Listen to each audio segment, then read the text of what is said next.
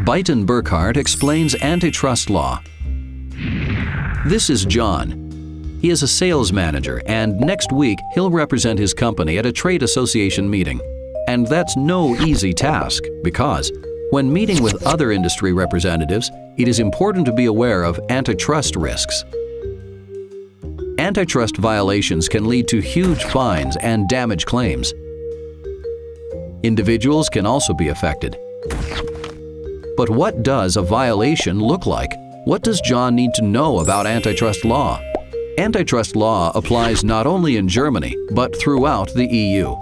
It prohibits practices that aim to or effect a restriction of competition. It applies to both suppliers and buyers of products and services. Suppliers are forbidden from agreeing on prices and conditions for their offers amongst themselves, and buyers are not allowed to agree with each other on how much they pay for a particular product. It sounds simple, but the law not only prohibits explicit agreements, but also concerted practices, as well as behavior that may inadvertently cause competition to be restricted. It already starts at the exchange of market-relevant information. That's why John's concerned. Isn't that what trade association meetings are for? Won't he be approaching the boundaries of legality simply by taking part? As a precaution, he creates some guidelines for the meeting, together with his antitrust expert. Firstly, there are the non-critical matters, historical or anonymized data, as well as information that is publicly available or technical, and sector political content. But some other topics are off-limits. They include current and future pricing, discount systems, sales strategies and market development, current product development, and insights about customer behavior.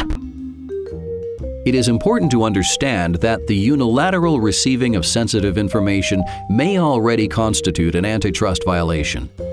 Merely being present at a conference or in a clandestine meeting may be sufficient. One-on-one meetings must be handled with care.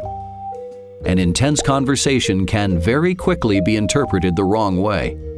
Should John become aware of an antitrust violation, he is obliged to leave the meeting immediately and document the event. Otherwise, he's complicit. The guidelines helps John to get through the event safely.